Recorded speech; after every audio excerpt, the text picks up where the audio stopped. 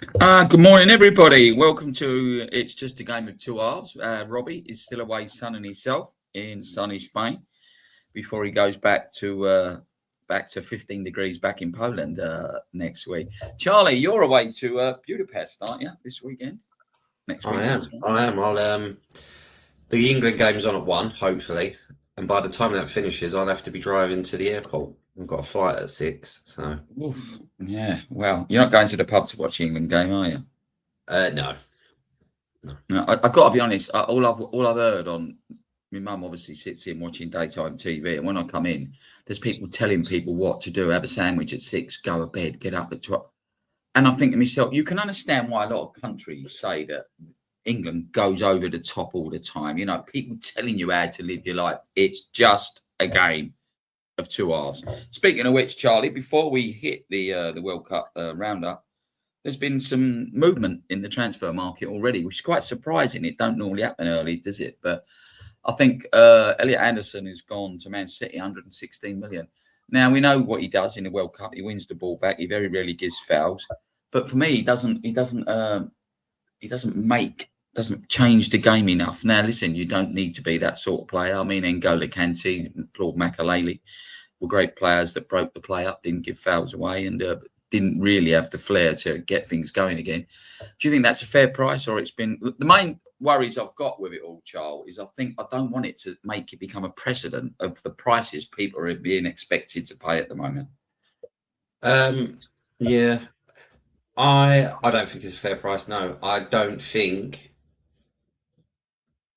someone who he's a good player, Anderson. I like him a lot, but he hasn't also done anything.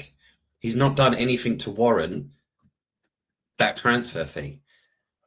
And this is a big problem, and like the prices of players now is just ridiculous. Like it just means that someone who's kind of almost like a what you would say an average player is going for like at least 40 to 50 million.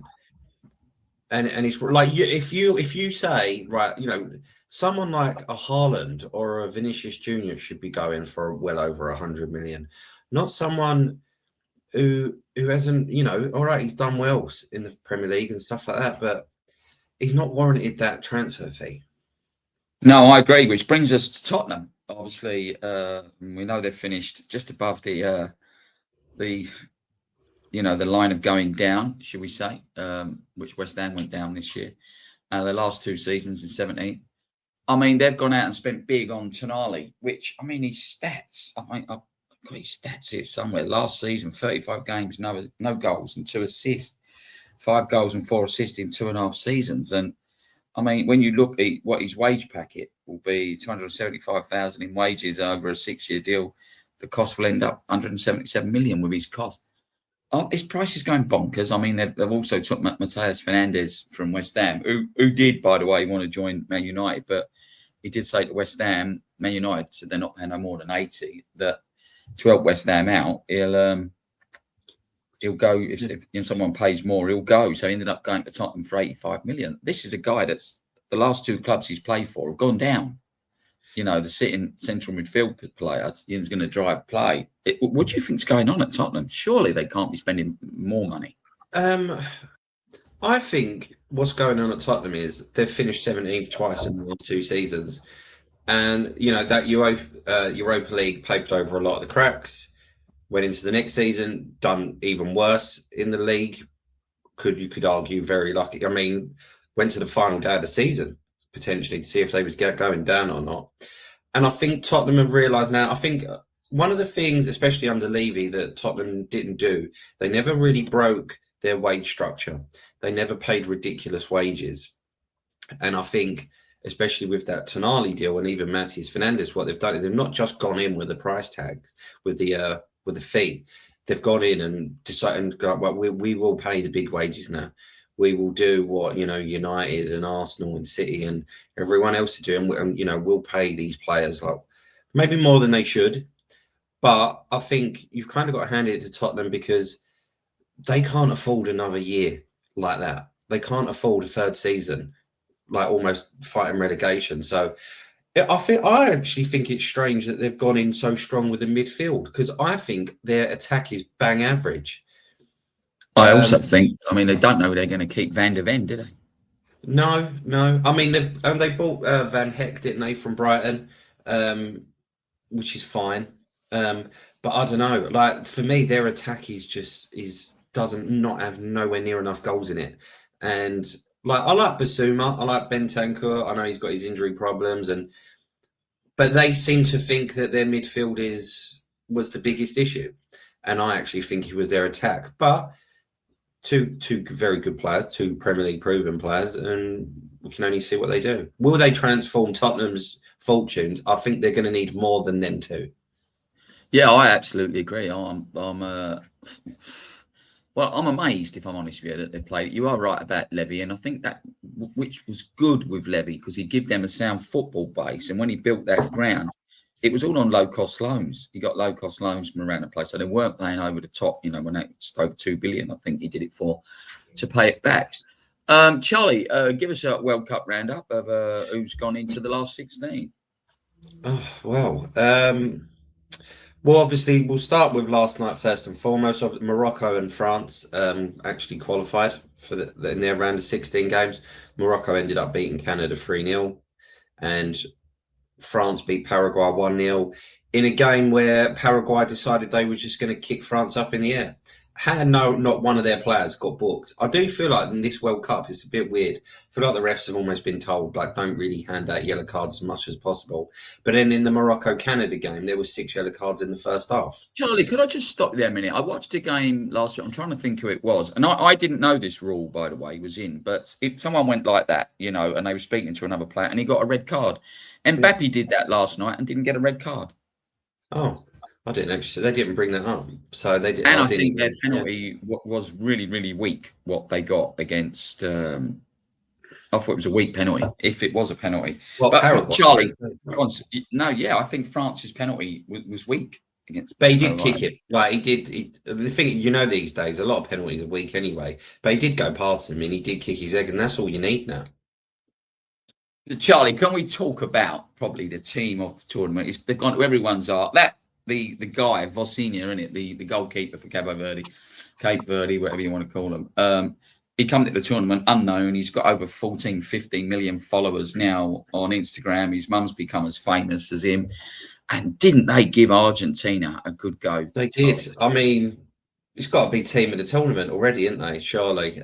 No one gave them an absolute hell chance. But they've proven everyone wrong, and they gave Argentina a proper game, and they were so unlucky. And even like the third goal, right? I don't think it was going in, didn't it? It marked it down as an own goal, and it came off the bloke's hand. Like they were so unlucky, and even if they'd lost on penalties, to take Argentina to penalties and all. But brilliant, and they were so unlucky. I really do feel for them.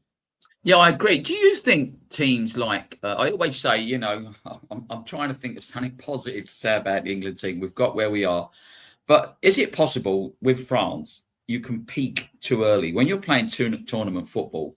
They always say don't lose the first game, don't they? Because you're putting yourself under pressure in the group stages. Try it. It doesn't matter if you draw it, but don't lose it.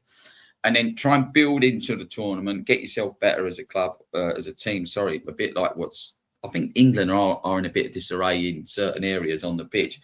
But do you think France and Argentina could be peaking too early, and England could come along and peak at the right time? I mean, Spain have got Portugal next, aren't they?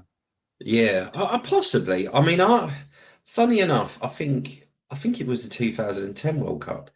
I think a couple of players all come out and said that England peaked before the World Cup, and then in the end, once they got to the World Cup, it was a real poor tournament for them. So possibly, I mean, even in the World Cup, it's pressure, and I mean, I remember Spain, obviously, back to the 2010, they lost their first game, didn't they? They lost to Switzerland, and everyone had Spain as the heavy favourites. They did go on and win it eventually, but not exactly as not as easy as everyone thought they was. There was a lot of 1-0 wins. I think possibly, yeah. I think pressure on Argentina because they're world champions, and although I don't think their defence is, I think their defence struggles a lot. And with France, well, their first game, I think it was Senegal, wasn't it? I think they were the better side.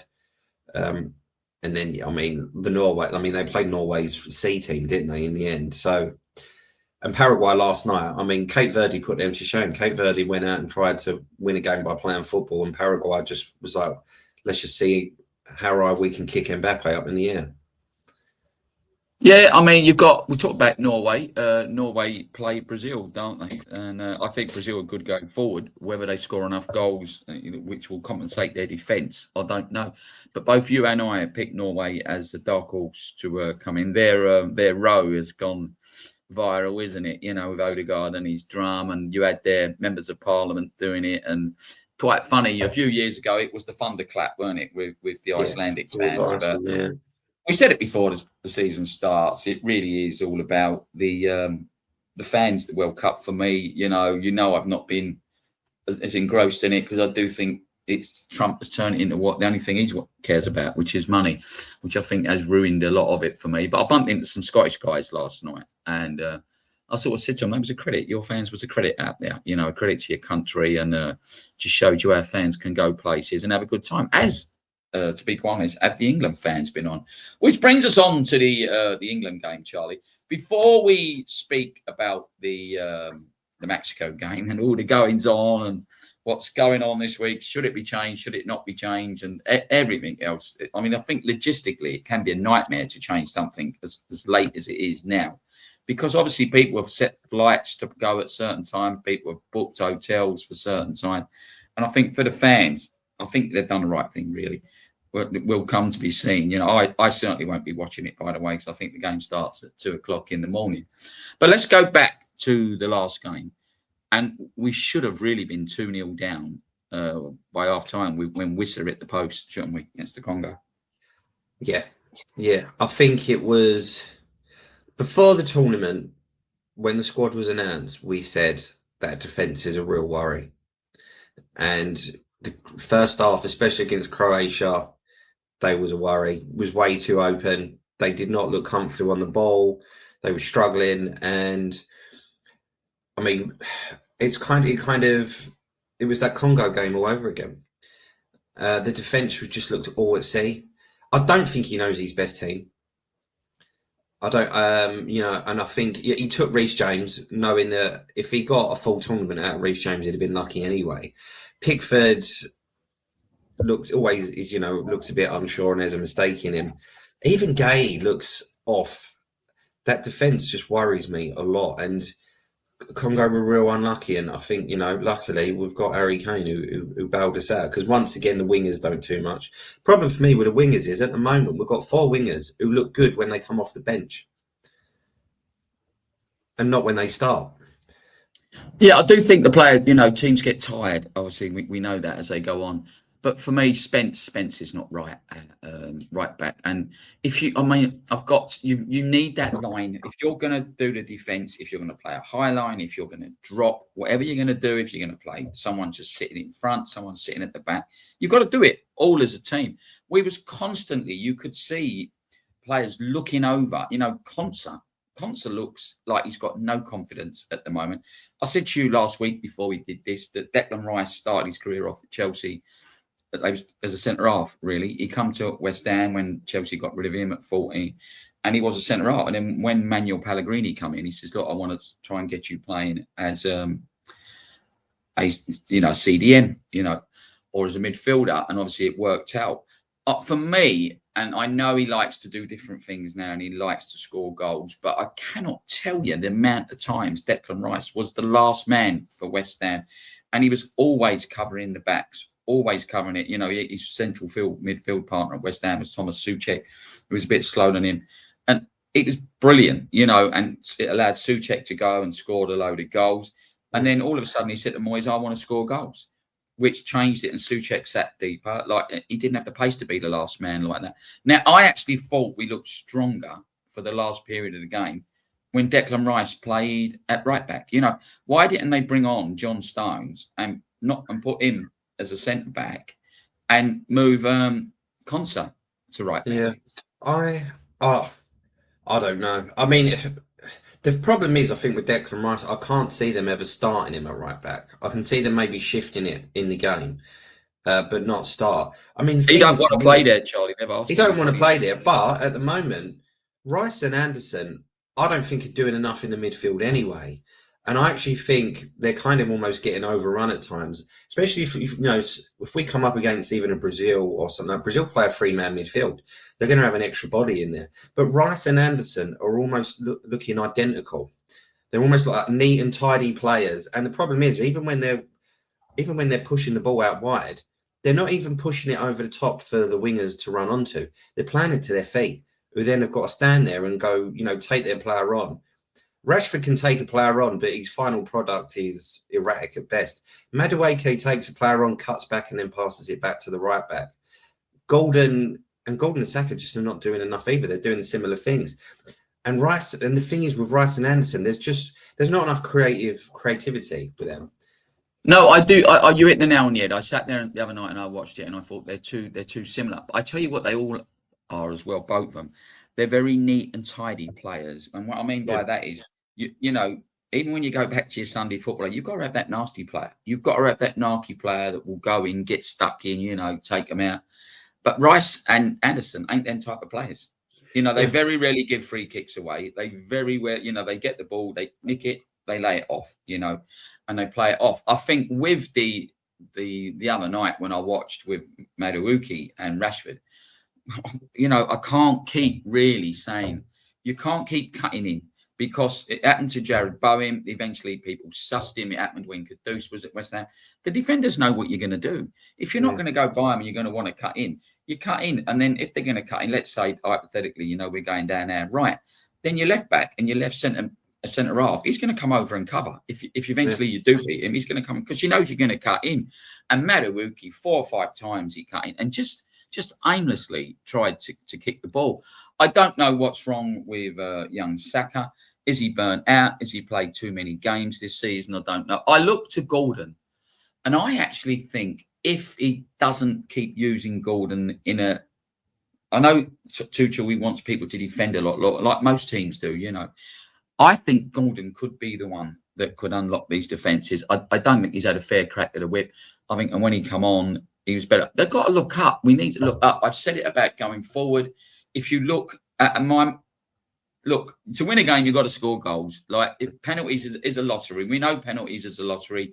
Anyone can win a game with penalties. So try and win it before the penalties. But if you look at it, we've got Kane, right?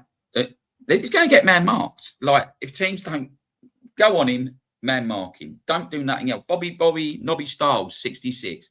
Out Ramsey, take him out the game. With Eusebio, just take him out the game. Don't do nothing else. All I want you to do is follow him around that pitch. If someone follows Kane round, right, man marks him, who's going to score the goals? At the moment, we've got one player arriving late in the box. One. When our wide players have got the ball, if you look in the box, Charlie, there's no one there. So if they want to whip it in quickly, where's your late midfield players? Rice or Anderson have got to come late. And they've not got to sit on the edge. They've got to get in that box. And what they should be doing is scissoring. So if Bellingham let's say it's Bellingham and Rice who are going to arrive late, one should go front post, one should go back post. Make space. But, it was for the brilliance of Harry Kane. And as good as that goalkeeper played, he really did play well. He reminded me of a goalkeeper in the 1970, was it 74 when we didn't qualify for the World Cup, and there was a goalkeeper against Poland called Jan Tomaszewski. He couldn't do nothing wrong, and he made a few of his saves look better, and at half-time Brian Clough called him a clown. But I thought we had a great game, the Congo keeper. And the first England goal, I think he should have scored, Charlie. I think he should have saved it, sorry. The goalkeeper should have saved that. That was an easy save. He got his hand to it, didn't he? Yeah. He should have saved it. It was an easy... But, come on. Harry Kane's goal, the second one, he just went, right, I'm not passing it. I'm going to take this. And, mate, the power he got behind it. And there was no goalkeeper in the world going to stop that. But I do think you're right about the team. I've said it before, is there distractions in the team? Is there things going on? Gay or Konsa have got to call the shots. You've got to go back the years ago. Terry Butcher, Tony Adams, John Terry. Players that go, right, I'm calling defence. I'm calling the lines. I am the line. If it goes wrong, it's me. You've got to step up. You've got to step back. But you've got to train all your life to do that. If you're a fullback, it doesn't come easy to know when to step up, when to go back, when to cover. You know, from being a kid, you were told take people down the line. You know, the further away you can push a player, if you're a left back or a right back, you're pushing them away from goal. You know what I mean? Don't let them cut in where they've got that chance of shooting, getting a deflection. You're asking people, a bit like I said about goalkeepers, suddenly been asked to play sweepers who have never ever done it in their career, and they've got to come out like Pickford. Every time Pickford comes out, you know what I mean? I think, please, just please. Do you know what I mean? Don't make a mistake because there's a mistake in it. Do you understand what I'm trying to say, Charlie? The defence is built. The Arsenal back four, they reminded me of a bar football. They were like that. They moved. They come back when it was Winterburn, Dixon, Adam, sorry, what was his name? Tony Adams and Martin Keown or Steve Bold. It was even in the full Monty. They went, we're going to do a dance, do the Arsenal back four, and they was having their arm out all the time. Yeah. They understood each other. And also the midfield have got to understand each other, because if we're going to press a little bit higher, that high press is going to make space. It's going to make space for other people. And at the moment, we are really making it hard for ourselves. But like I said, maybe in football, it's best to peak at the right time and grow into the tournament. I mean, Portugal won a tournament a few years back. I think they only scored one goal in the old tournament, didn't they? And, never won a game. I mean, Portugal, I don't think Portugal won a group game, did they? And then they ended up and then going on to win it, yeah. I mean, look, you always need a bit of luck in tournaments, and you always need some decisions to go your way as well. I think, like you said, Congo really should have gone 2-0 up. Visa, how he missed that chance, I don't know. I mean, I was talking to George about this, and we were both saying we'd like to kind of maybe go back to a 4-3-3 and drop Bellingham back there. That's when you get your late runners in Rice and Bellingham, and just leave Anderson sitting back a bit more, rather than Rice and Anderson both sitting back. But I just think he likes Bellingham in the 10 too much. We have got to get these wingers sorted. We've got to get a winger who will start the game in form. I would actually put Rashford on the right, because he can take a player on, but Rashford ain't got a left foot really. It's quite poor because it's his weak foot. So I'd push him out right, and I'll go, right, take your left back on and get that ball into that box. I'd definitely play Gordon on the other side. And I'd play Gordon on the left. And I'd do it the old-fashioned way. Right, take your winger on. As soon as you get that ball, take him on constantly. Charlie, you've got to have a right back and a proper left back. You had to. We said about the young lad from Newcastle. What was his name? Was it Elliot? And even Cole Walker. Do you know what I mean? Like, we said about Luke Shaw, didn't we? You've got to have someone that knows what they're doing, and if you have to take it for the team and pull them back, get a yellow card. We just don't. And Spence is so out of position, and we don't know whether he's been told to play like that. And I don't care. I have this argument week in, week out with a friend of mine, Stu, because he used to moan about Wan-Bissaka at West Ham last year. If you're asking your left back, right back and if you look, Charlie, when our wingers have got it, you've got to have one of the fullbacks go past them. You've got to have so they can lay that ball off. Our fullbacks ain't going by them. Look at Paris Saint-Germain. Look at Crystal Palace in the cup final against Man City. Their fullbacks went by and crossed the ball. Our fullbacks don't go by our wingers, so our wingers have to cut in, and then they'll look up, and there's no one in the box. There's no one there. You need 3, 4, 5 players in the box. Worry the team. The more we put in the box, the more they're going to pull back. And then you're going to, when you're in transition, they're not going to have the players to hurt you in transition. But we ain't at the moment. We're just keeping too deep. I think it's a bit safety first. It is safety first. I mean, the amount of crosses we put in against Congo, and they went nowhere. Absolutely nowhere, because there just weren't enough. And the crosses weren't good enough.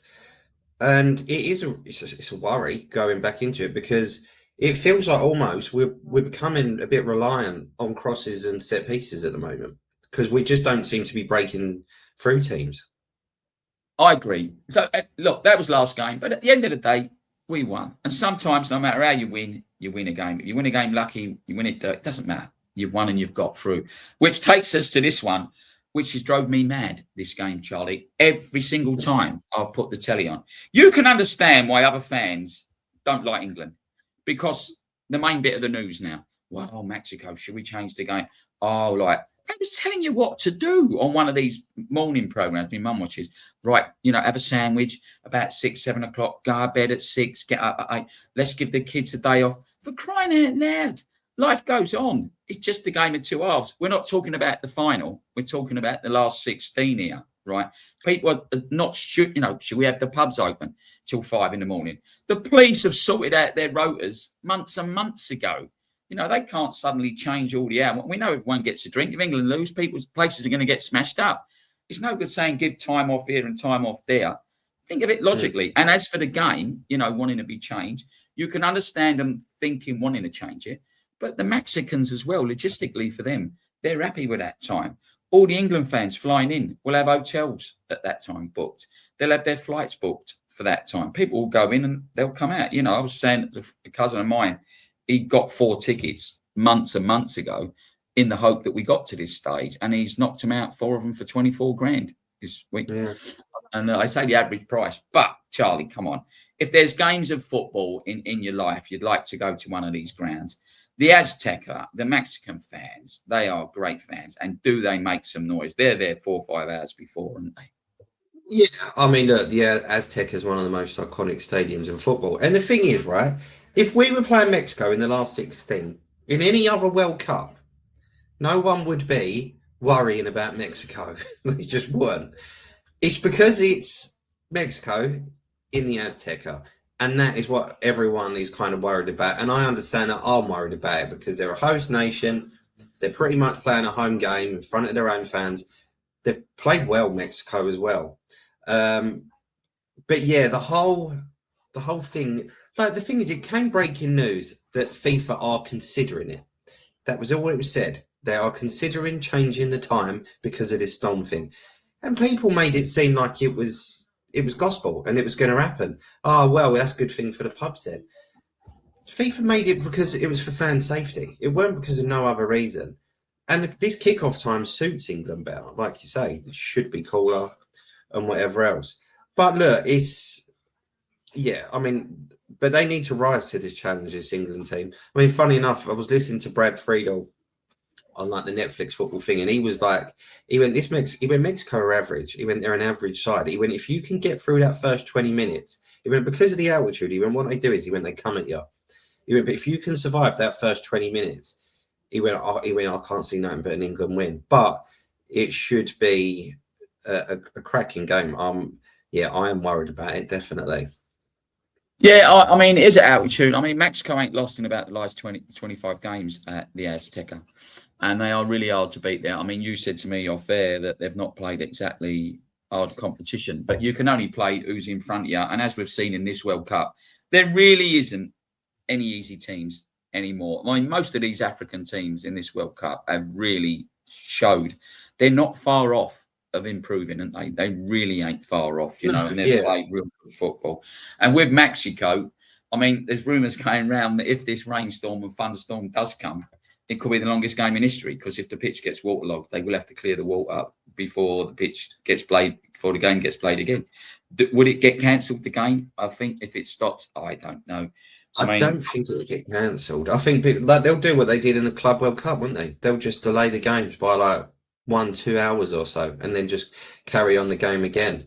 For fans, obviously, it's a nightmare. I suppose even for the players. But look, if we can make it through it, then Brazil or Norway away. And I know it sounds really weird, but I'm more worried about the Mexico game than I am facing either Brazil or Norway at the moment. Yeah, I agree. I think you're right there. I think there's a lot in this. I mean, I've said it before. To win a game, you've got to score goals. Whoever the Mexico players are, their hardest player, their most spiteful player, I'd have in mind, and I'd go, right, get some super glue, and you super glue yourself, Harry Kane. You put it in me for God knows how long that you think Harry Kane is a fantastic footballer, not just a striker. And just follow him round, lose a player. I always said about West Ham in the cup final against Liverpool then years ago, when Gerrard come on late. Pardew should have gone, right, go and stick to Gerrard. Just go and stick to him. You know what I mean? It was coming in the end and just follow him round. And that's what I would do if I was a Mexican man. I was like, he pulls all the strings. No one's coming late. Just look out for Bellingham. The three in the box, look for Bellingham. Because no one's coming late. If Tuchel doesn't change things, we need, when we are in transition and we are coming forward, if that ball comes in the box or gets played to feet, I think we should have 3 or 4 people in that box when that ball comes over. I mean, do you think he should play Ollie Watkins, push him a bit further up front, and move Harry Kane a bit deeper? I wouldn't start Watkins, no. But I would bring him on. I don't really think he's used him enough. I would consider, especially if we're losing the game, I wouldn't mind him dropping Bellingham back, maybe take Anderson off, have Rice as that kind of anchor, push Bellingham back a bit, have Kane as a 10, and have Watkins running the channels a bit, getting a few balls over the top and trying to stretch that defence. Especially for late in the game as well, because he'll be fresh. Mexicans should be tired, and again, if altitude comes into it, then it would help us out. I wouldn't start him, but definitely I would use him at some point. Yeah, I like Paul Blade to feet for Ollie Watkins, Charlie. He can get his head on the ball, but I like Ollie Watkins ball to feet, quick and turning. And that's one thing I've not noticed. We are not playing the ball quick enough. We are not playing that ball quick enough. If we are playing against, I think Mexico are going to be super high press. Then I think we should have a diamond just in front of them, and they should beat the 4 or 5 players with a press, play it through, someone on the edge of the penalty, where we kick off, the centre square, and get that ball and beat that line of defence. But to do that, you've got to play it quick. And then that person who receives the ball in the middle of the park, he's got to spray that ball out wide to them wingers, and they can go. And they've got 5, 6 players out of position straight away. And which, talk about out of position, Charlie, when Wright moved to right back, do you think he still should have been taking corners? Yeah, it doesn't. Yeah, I don't mind that so much, because then if he's taking the corners, then someone should just go and cover his position, really. Normally you kind of, or the players are on the smaller side, you kind of keep back, don't you, anyway, so they can cover back defending. I don't mind. I think we've seen fullbacks take corners before and stuff. So, yeah, I don't think that bothers me too much. Not with our defence, though, Charlie. I think you need someone who marshals that fence. He's got to get someone just to go, leave it to me. I'll do it. Could be Gay. Gay probably the best of the lot, what we've got at the back. I'll do it. And all this week they should have been training as a line, moving up as a line, coming. I'd have even put a pole for them and gone, oi, this is how you got to be. You're moving up, coming down. This is you, Spence. If he's playing Spence to go by on the right, either Saka or Madueke, he ain't doing it, is he? No, he ain't. I do think the fullbacks have been told not to overlap that much. Maybe one of the reasons why he didn't even take Luke Shaw in the end, because Luke Shaw is great at overlapping. He really is. I think for me, though, if we do think the Mexicans are going to come at us in this first 20 minutes with a high press, you beat the high press by going over it. And that is when, the likes of Rashford and Gordon, do not play it to their feet. Send them, especially with Kane's ability to pass ball. And Rice, we know Rice can pass a ball. As soon as you get that ball, if we are really pressed, as soon as you get it, hit it out wide. Get Rashford, get Gordon chasing it. And I think we'll push them back. That's Klopp ball, isn't it? When we take, at the moment, when you see when we're at the centre, if we're kicking off, we pass it straight back to Pickford, and he launches it.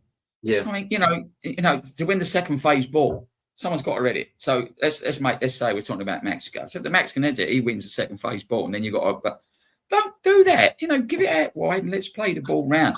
But you are right. No disrespect to Jurgen Klopp, by the way, but that's what Jurgen Klopp won the title doing, didn't he? Ball to Robertson, ball to Trent, long diagonals, one to Sane, one to Salah. And straight over the top. It was effective. And at the end, if you want to call it Sunday League football, there's no harm in doing that because it worked. It beats the high press, Charlie. It does beat a high press. Like a freight train. I think they'll be coming at us like a freight train for the first half of the game before they tire. I really do. Yeah, I think for me, I'll just worry. It just looks too nervous, the back line. It does, and it just looks too open. Right, give us a prediction, Charlie. Give us a prediction. Oh. I'm going to say England on penalties. I think penalties, and then I think it's a lottery. So good luck to them. Good luck to everyone. I hope you've been watching the daytime TV, telling you how to sleep, what to eat when you wake up, when to go to bed, and when to go to the pub, mate. You can understand why all the others, the Scots, the Irish, and the Welsh think the England people, the TV goes overboard. Charlie, just before we finish, we did a programme with an Italian guy earlier on in the year when they didn't qualify. We said the demise of Italian football. What do you think overall about, like, with the Germans and the Dutch, especially? Do you think it's still coming down to the fact that there's too many now players from other countries coming into your football, and you're not producing enough good players coming from your own country? Um, the thing is, no one really expected Holland to do much in this World Cup anyway. So look, I expected Morocco are a good side, but I didn't expect Holland to go like. I think if they'd have gone to the semis, I'd have been quite impressed with them. Germany, yeah, I'm like you say, I did expect more of them. Possibly, but I think there's a lot to do with it. I think it's a lot to do with the fact that there's kids who play a lot less. I mean, kids who play a lot less football now. There's more kids who are interested in gaming and all that stuff. I think, like, in terms of all that, academies, and I think there's a lot more to it. But I mean, you can't really turn around and say, "Oh, is it because of how many foreigners are going into that country?" When you've got a team like France who are constant favourites all the time. Yeah, I agree. I mean, do you still see France as favourites? I just think, Charlie, that you are right. Like the play, especially the West, we do have people that want to sit on computers all day long, not just kids, adults as well. Maybe out in Africa and places like that, where they ain't got electricity, the kids are more hungry. They want to earn that pan open abroad and earn loads of money. But I think Spain. Sorry, if they can get past Portugal, I think they're slowly becoming a team, and I actually think that France have peaked too much, and too early, and also think that they are literally that far away from imploding. There's been a lot of people moaning about Ibrahimovic has come out and says Ronaldo should have gone and give his place to someone else. Well, let me tell you, I mean, if you look at that guy at nearly 40 years of age, mate, he's still prime Ronaldo, and he still gets up to head the ball. Don't get up and down so much, but then again, but nor does Messi. But when you look at his physique, it's a bit of a Ryan Giggs. Ryan Giggs kept his physique, long, didn't he? And I think he's just a consummate professional, Charlie. Yeah, he is. Yeah, I mean, you can't knock him in terms of that. I mean, that offside goal against Croatia, he was so unlucky there. He weren't offside by much, was he? And it was a great touch and finish, and he does always make the runs and everything else. And the thing is, like I said before, that Goncalo Ramos just hasn't done enough to really warrant Portugal going, right, we'll put you on the bench and we'll start Ramos, because he hasn't really done much in terms of PSG, and he never really improved after scoring that hat-trick at the last World Cup and things. I mean, the Spain game would be interesting. I mean, I don't know what the Spanish press have been made of Spain so far. Do you know? To be quite honest, there's been a lot of problems with corruption in the government. I think I told you earlier on, and I think a lot of Spanish people's minds have been. It's certainly not as bad as it was a few years ago. I've not seen no flags everywhere. They're very what's the word? That they like to show their flags. In the UK, you're not allowed to fly a flag because they think you're a racist. But there's normally flags everywhere. They're quite patriotic. But I haven't seen them on the cars. Normally, if Spain score, there's always fireworks. You can buy fireworks all year over in Fuegos Artificiales, they're called. And you've not heard it. You've just not heard that. I don't think really at the moment they've really bought into the tournament. But I also feel like someone said to me the other day, when Trump started that war with Iran before the World Cup, and especially when he got that peace prize, I do think there was a majority of people that thought, what? I nearly said it, then I don't swear, do I? But I think a lot of people didn't want to get involved in this World Cup before it even started. I think the World Cup itself just was never going to be the celebration of football it was once he started that war, because there's just been so many people have said to me, like, what he did was wrong, how he treated the Iranian team, it was wrong, and blah, blah, blah. And I don't think people have bought into this World Cup like they have other World Cups, Charlie. Which is sad for football in general. No, I agree. I think it took a long time to get going, and there have been some great moments with the fans, like you say, with that Viking row and with the Dutch walk that they do, and even Scotland. I mean, we do singing Wonderwall after the game and stuff. But yeah, it's been a weird one. It's not been as it's not been as captivating as World Cups normally are, but yeah, we'll see. It's just corruption at the highest level, Charlie. FIFA, you know, we know where they are. We know that the head of FIFA now has Niam come out mistakenly yesterday and basically said he's an Argentinian fan, didn't he? You know, I don't know if you heard him say that. And I just think, you know, let's get back to playing the football. Let's make it about the fans. Without football, it just goes to prove, though, without football, you know, without fans, sorry, there is no football. And also, I'd like to say congratulations to America, because I think that the USA have gone a lot further than I thought they would go, Charlie. Do you know what? I think Pochettino's done a great job with them. It's kind of like they're watching a bit of an old Spurs team under Pochettino. I do think they've done really well, and I will not be surprised if they beat Belgium. No, Belgium are lucky, Charlie. I watched that Belgium-Senegal game, and Senegal 2-0 up, should have been 3, even maybe 4. And then Belgium got late goal, didn't they? And to take it into extra time. But they played brilliant the Senegalese time. I thought they were brilliant, absolutely. And they was unlucky. And Belgium are an aging team, a bit like Croatia. You know, we're going to lose a lot of players after this World Cup. And Luka Modric, I mean, another one, a consummate professional, a bit like Ronaldo. He doesn't get spoken about in the terms of a Messi and a Ronaldo, but he's been a fantastic player, Charlie, all his career. Oh, yeah. Loved him. I mean, crazy to think that when he first went to Madrid, the Madrid fans were booing him and calling him the worst transfer ever. And, you know, look at what he went on and did. Great player. 100%. Charlie, we'll have Robbie back next week. So I think Robbie's off to, where's he off to? I think he's off to Budapest, Charlie. You might meet him. Robbie's going to Budapest tomorrow. Oh, really? Oh, I'll have to. Yeah, he is. He's going to Budapest tomorrow. Charlie, what you got planned the rest of the day? Just getting the house all tidy and everything, and then getting the clothes all sorted for the case and that, and then hopefully I'm going to be in and out of sleep for the day, because I do want to watch Brazil-Norway. That's a very tight game to call, and then try and get as much sleep as possible before this Mexico-England game. Yeah, well, I'm going to watch the British Grand Prix. I love me motor racing, as you know, so that'll be that. And then unfortunately, my mum fell over yesterday, and I've got to tell you, twice this time, young kids, just very quickly, right? Young kids at this time, they get told they don't care no more, there's no respect, you know, blah, blah, blah. A couple of weeks ago, I was just about to go on stage, and I got my stuff out of the car, and this lady came out of the kebab shop, probably worse for wear, and fell over, you know, and she had quite a bad cuts. There was 7 or 8 Spanish kids run across the road, and they went, "Do you want some help, mate, to lift her up?" And I went, "Yes, please," you know. And they was ever so worrying. "Do you want us to call an ambulance?" I went, "No, but thank you very much," you know. And then yesterday, like, my mum slipped over and fell backwards, and I knew the minute she fell, she'd done something very serious to her shoulder.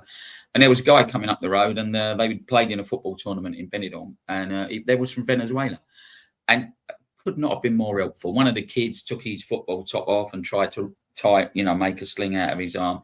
And I tell you, I thought, kids of today, they do get bad. They're not respectful, but they couldn't have been better, these kids. So thank you very much. So yeah, I'd be sitting here with mum, popping her tramadol down because she's in a heck of a lot of pain.